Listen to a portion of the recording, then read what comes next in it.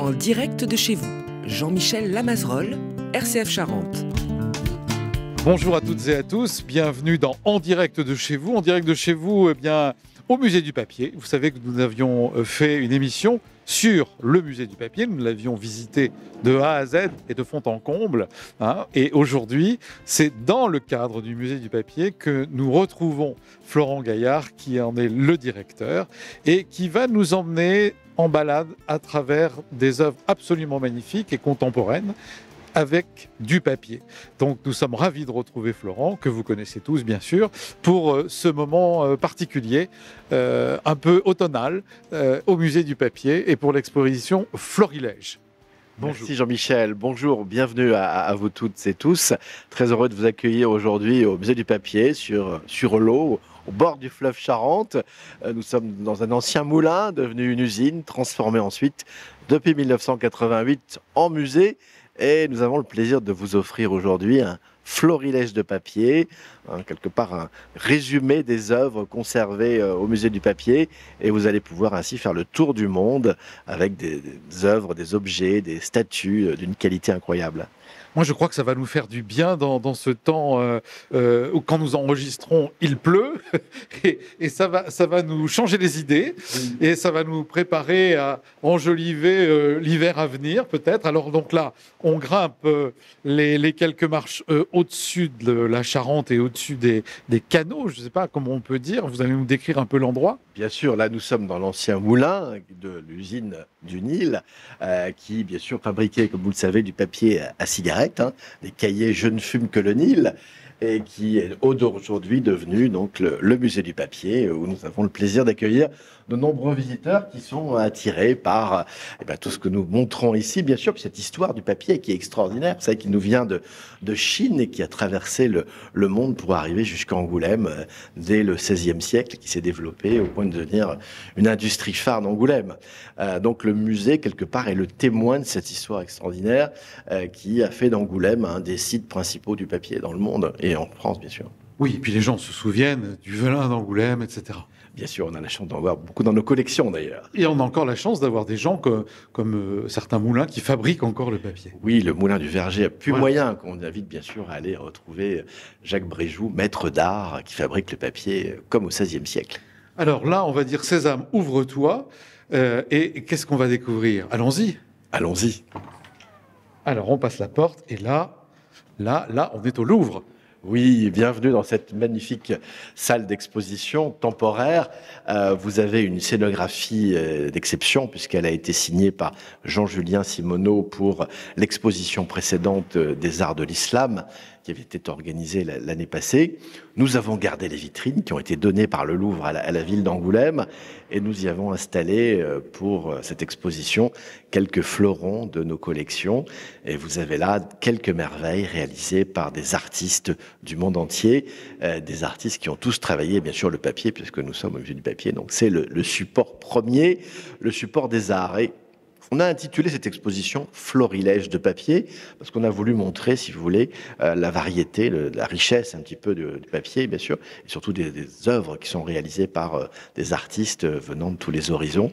Donc je vous propose de découvrir tous les arts du papier, toutes les techniques qui sont ici proposées et réalisées par des grands maîtres. Très bien. Alors, j'avoue, quand on rentre, pour donner une petite idée à nos auditeurs, je disais que c'était les vitrines du Louvre, vous l'avez dit, qui ont servi, et ils vous ont fait un très beau cadeau en vous les laissant. C'est-à-dire que c'est un endroit tout à fait apaisant, assez vaste, mais on n'est pas perdu. Les couleurs sont très belles, avec des bleus, les vitrines sont magnifiquement éclairées, et pas assez tamisées en même temps, et qui mettent en lumière l'œuvre elle-même. Et on est fasciné par ce travail de collage ou de découpage ou d'assemblage du papier. Alors, j'invite les gens évidemment à venir voir cette exposition.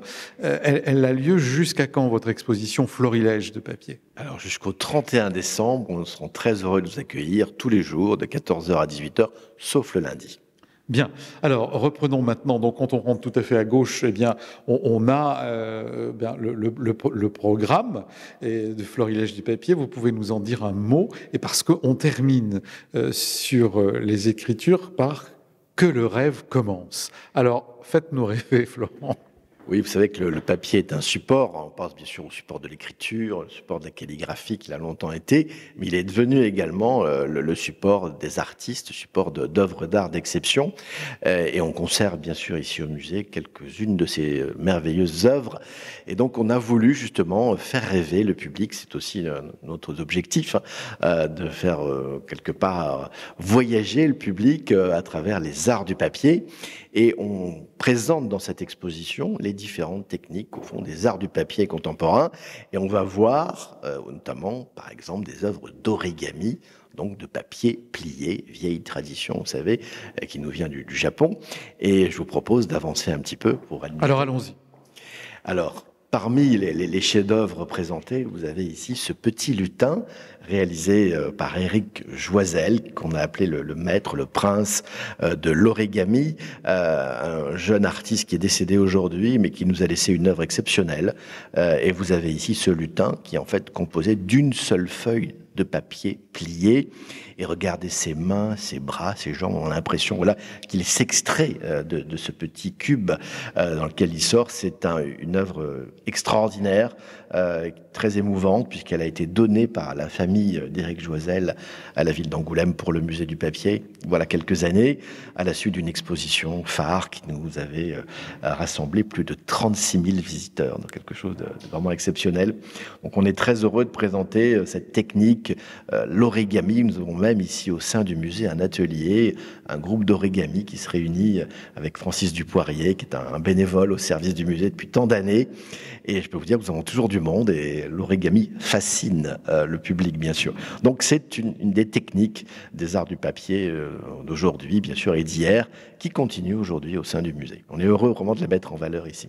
Alors, c'est une œuvre qui fait à peu près 20 cm de haut, qui est une œuvre pas gigantesque. On va avoir des œuvres plus importantes à côté. Mais là, c'est justement par cette minutie et ce travail qu'on peut approcher, parce que les vitrines sont formidables.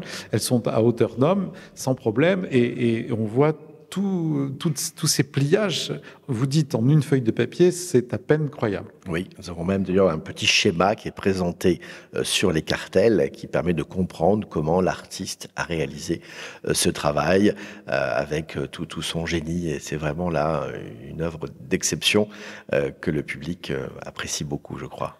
Et est-ce que vous savez, ce n'est pas certain, mais peut-être, combien de temps il faut à un artiste chevronné, hein, pas si moi je commence, ça va être compliqué, mais pour réaliser une œuvre comme celle-ci? Je dirais des dizaines d'heures. Malheureusement, l'artiste n'est plus là pour nous le dire, puisqu'il est décédé il y a quelques années.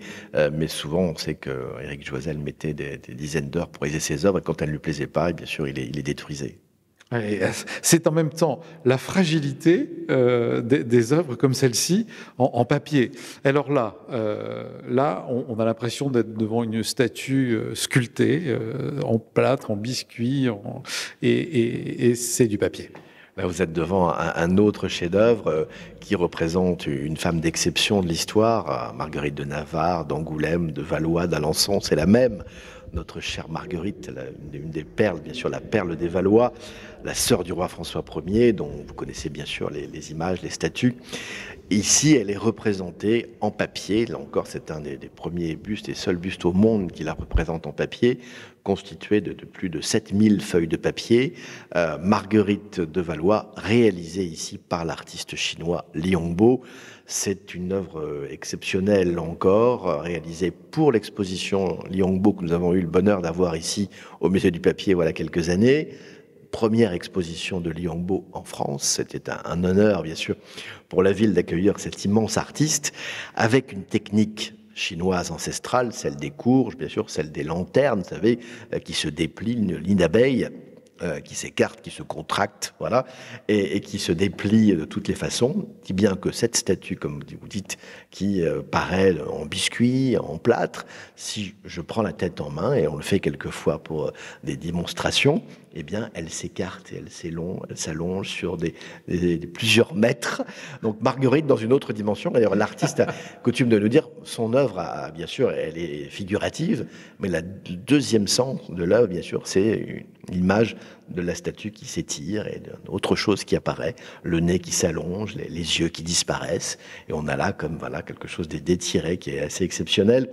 Liangbo, c'est un artiste mondialement connu qui est exposé dans les grandes capitales de nombreux pays, et quel honneur ça a été pour nous à Angoulême de l'avoir ici pour la première fois exposé dans ce musée. Alors on a peine à croire que ce que vous dites, c'est-à-dire que quand j'attrape la tête, je tire et tout ça s'étire.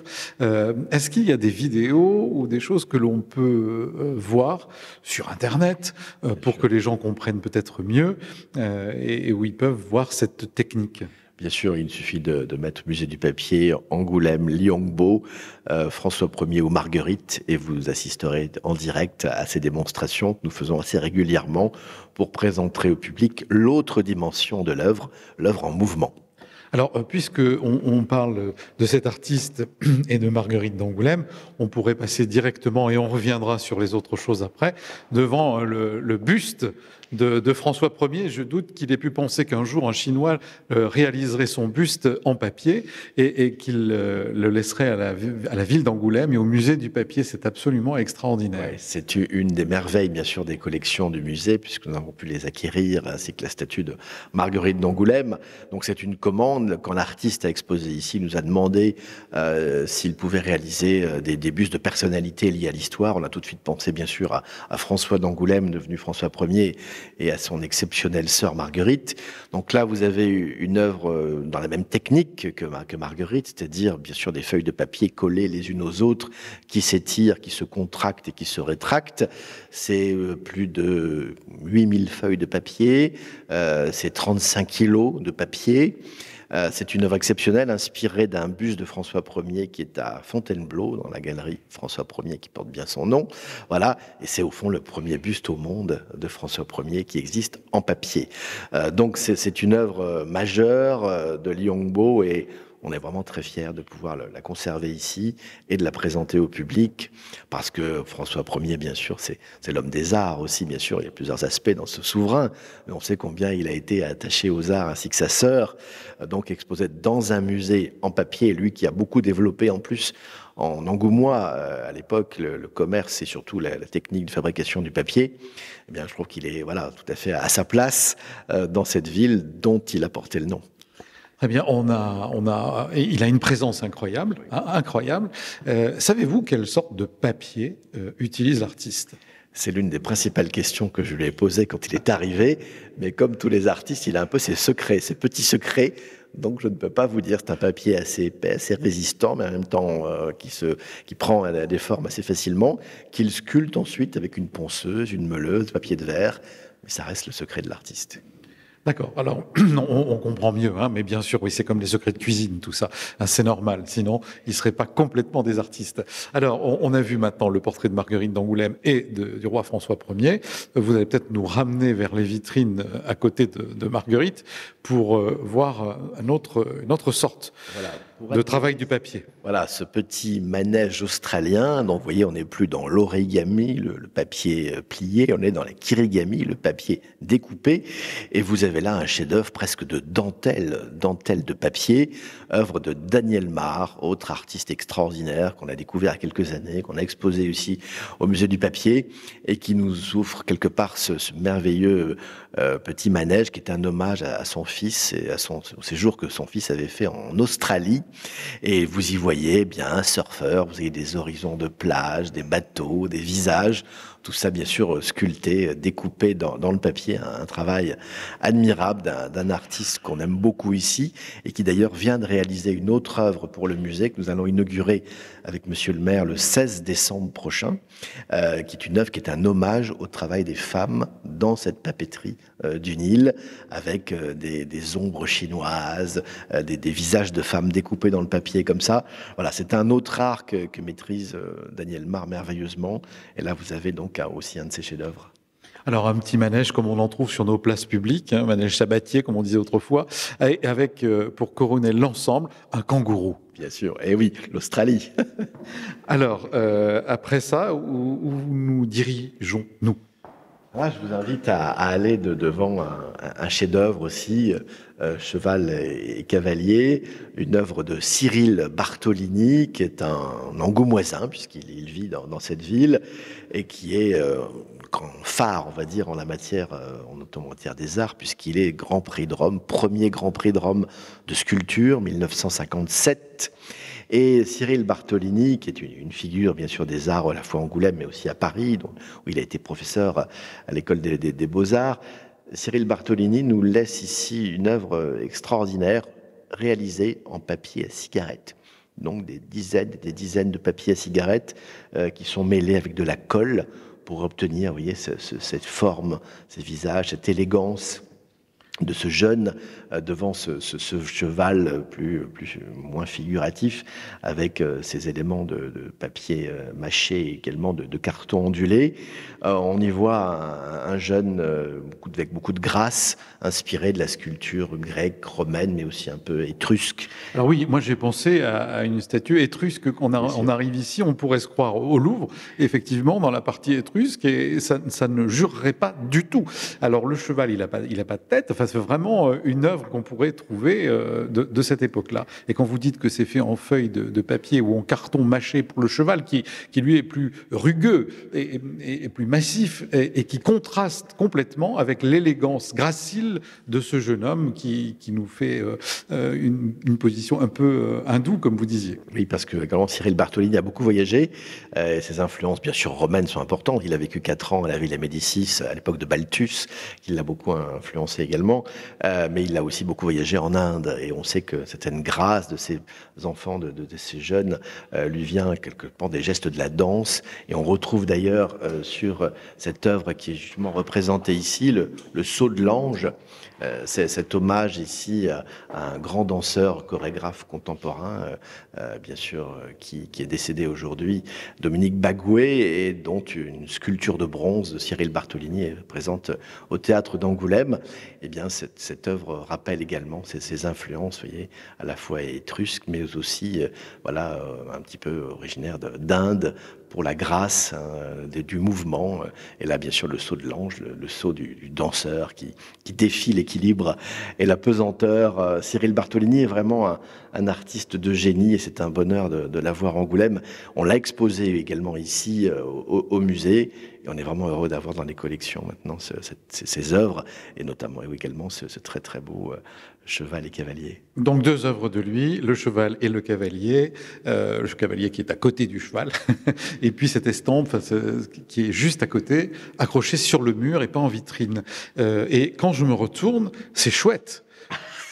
Oui, on est tellement heureux d'avoir ces familles de hiboux moyen-duc réalisées par Anne-Lise Coller. Anne-Lise Coller, c'est une artiste également du territoire qui travaille beaucoup pour les films d'animation. D'ailleurs, une grande partie de ses œuvres servent à des films d'animation, en stop motion notamment, et elle a illustré par ses œuvres un film qui s'appelle Bonjour le monde, et elle met en valeur la nature, les arbres, les animaux d'une façon extraordinaire. On est vraiment très heureux de montrer à cette famille de hiboux moyen-duc, c'est en quelque sorte le préalable, l'introduction d'une future exposition que nous aurons le plaisir d'avoir au musée en 2024 sur la nature et le papier, toutes les merveilles de la nature que Anne-Lise Coller met si bien en valeur. C'est absolument incroyable. Alors, c'est une technique de film, c'est-à-dire qu'elle fabrique en papier des personnages qui vont prendre le même personnage sous différentes formes, et qui ensuite va être filmé pour devenir de l'animation. Voilà, c'est toute la magie de ces films qui, vous savez, sont très présents à Angoulême, puisqu'on a la chance à Angoulême d'être ici, en plus, dans la vallée de l'image, où vous avez énormément de studios qui fabriquent ce type de films. Donc, on est à la fois au cœur de la tradition d'Angoulême avec le papier, mais aussi du présent d'Angoulême avec l'image. Alors donc on a 1, 2, 3, 4 hiboux qui grimpent le long d'un arbre, d'une branche avec des feuilles. C'est très coloré.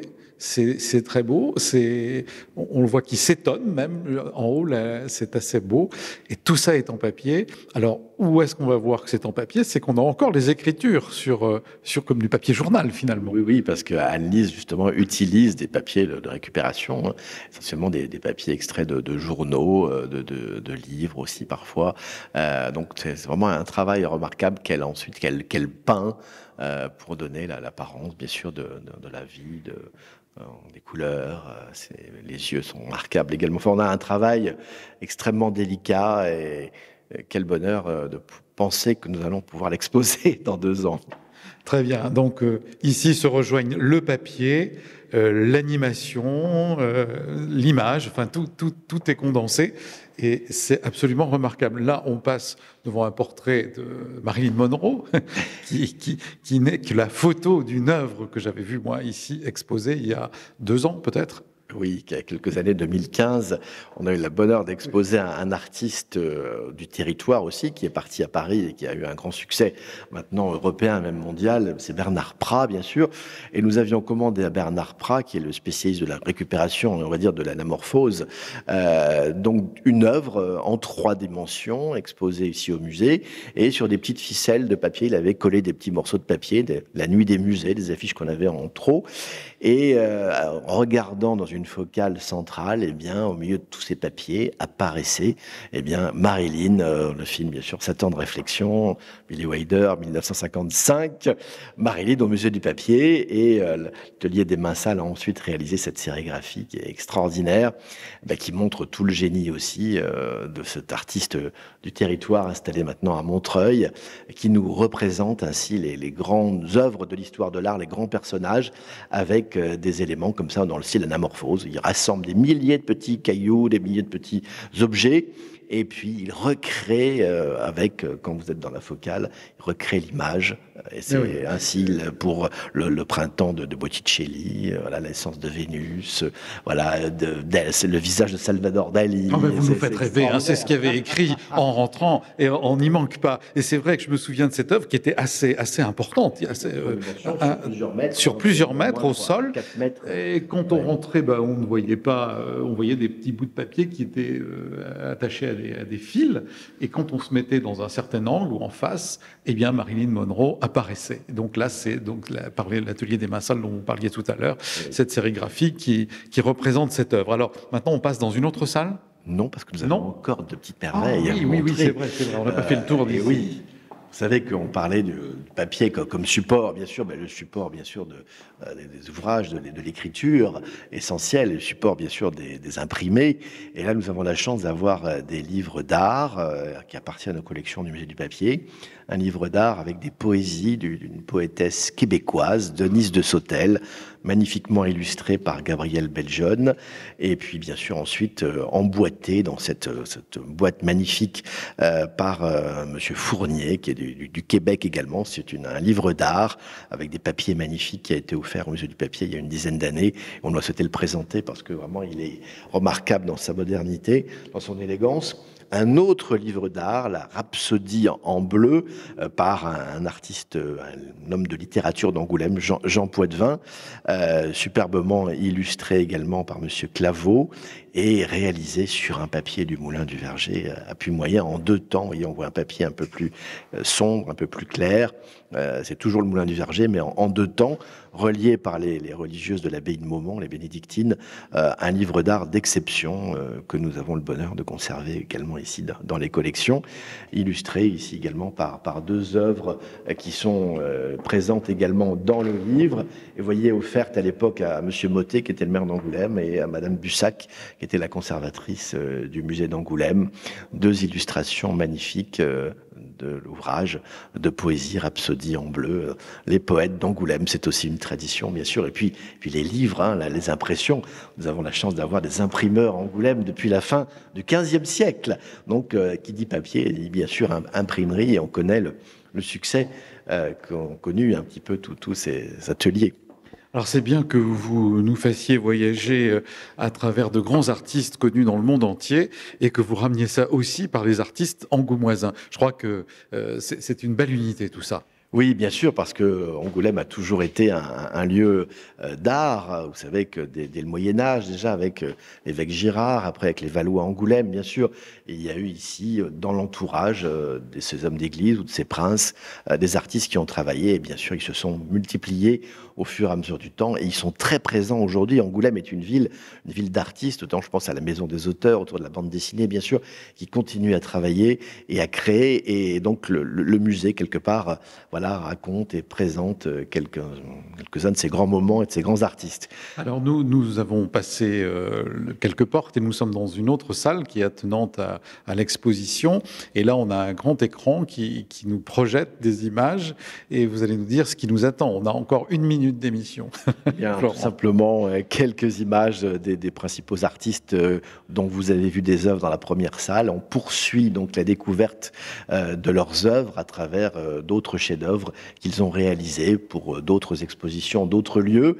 On retrouve ainsi, on comprend mieux aussi leur technique de fabrication de ces œuvres dans cette deuxième salle. Et juste en face, comme une sorte de clin d'œil à la tradition d'Angoulême, nous avons le magnifique éléphant de Capiello, une affiche de 1912 réalisée par ce génie, bien sûr, de l'affiche du début du XXe siècle, que nous avons fait ensuite refaire par des artistes, l'atelier du Bouc, il y a quelques années, qui ont réinterprété l'affiche, cet emblème quelque part de l'usine Le Nil, qui fabriquait ce papier à cigarette, qui commerçait bien sûr avec le Moyen-Orient, d'où la présence des éléphants, des pyramides, des sphinx, puis cette image de l'éléphant de force, de longévité.